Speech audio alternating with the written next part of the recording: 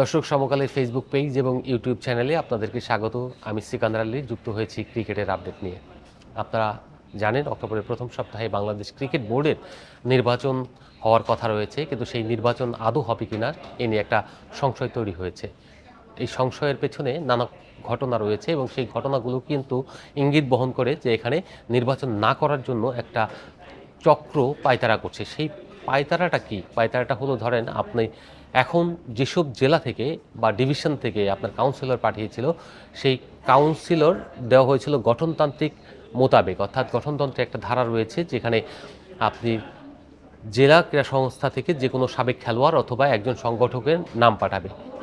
এই প্রক্রিয়াটাই অনুসরণ করেছিলেন জেলা প্রশাসকরা, কিন্তু সেই প্রশাসকদের সেই সিদ্ধান্তকে বাতিল করে বাংলাদেশ ক্রিকেট বোর্ডের সভাপতি আমিনুল ইসলাম বুলবুল নিজস্ব মতামত দিয়ে তিনি পাঠিয়েছেন অ্যাডহক কমিটি থেকে কাউন্সিলর পাঠাতে হবে, আদার দেন সেই কাউন্সিলরগুলো বাতিল বলে গণ্য হবে।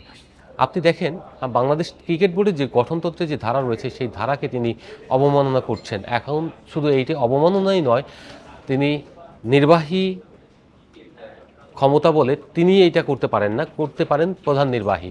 কিন্তু প্রধান নির্বাহী যে চিঠিটা, যে কোনো চিঠিতে আসলে সাইন করেন প্রধান নির্বাহী, সিবি সভাপতি এই সব ক্ষেত্রে আসলে একেবারেই অনুচিত এবং তিনি সাইন করতে পারেন না আইনগত ভিত্তিতে। আরেকটা বিষয় হচ্ছে, একবার নির্বাচন কমিশন গঠন করা হয়ে গেলে সেই প্রক্রিয়াগুলো সম্পূর্ণ থাকে নির্বাচন কমিশনের অধীনে। বাংলাদেশ ক্রিকেট বোর্ড যখন নির্বাচন কমিশন গঠন করে ফেলেছে তখন এই প্রক্রিয়াগুলো সমাধান করবে কিংবা ডিসিশন দেবেন নির্বাচন কমিশন। সেটা না হয়ে 3বার আপনার কাউন্সিলর দেওয়ার যে ডেট দেওয়া হয়েছে, এটাই একটা অনৈতিক এবং হাস্যকর। সবচেয়ে বড় ব্যাপার হচ্ছে যে গঠনতন্ত্রের ভায়োলেট। তার মানে হচ্ছে এখন বাংলাদেশ ক্রিকেট বোর্ডের গঠনতন্ত্র মানা হচ্ছে না।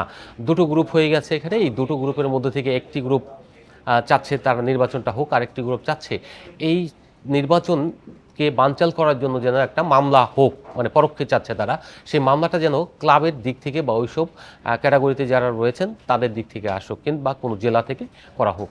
এটা করা হলে যেটা হবে সেটা হলে আইসিসিকে বলে বর্তমান যে কমিটিটা রয়েছে পরিচালনা পর্ষদের, সেই পরিচালনা পর্ষদের কমিটিটাকেই নেক্সট জাতীয় নির্বাচন পর্যন্ত ক্যারি করার জন্য একটা প্রজ্ঞাপন জারি করতে পারে সরকারের দিক থেকে, এনএসসির দিক থেকে। তো সেই প্রজ্ঞাপনটা জারি করলে আগামী মোটামুটি 5-6 মাসই, তো এই 5-6 মাস একটা প্রক্রিয়ার মধ্যে দিয়ে যায়।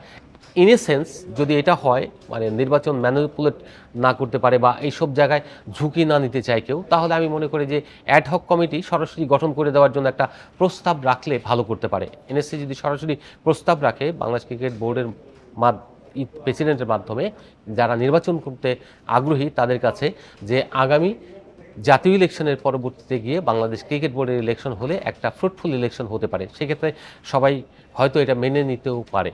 তো সেই প্রক্রিয়াটা তারা না গিয়ে একটা মামলা প্রক্রিয়া কিংবা আইনি প্রক্রিয়ার জন্য হয়তো অপেক্ষা করছেন, যেটা বাংলাদেশের ক্রিকেটের জন্য একটা ক্ষতির কারণ হয়ে যাবে।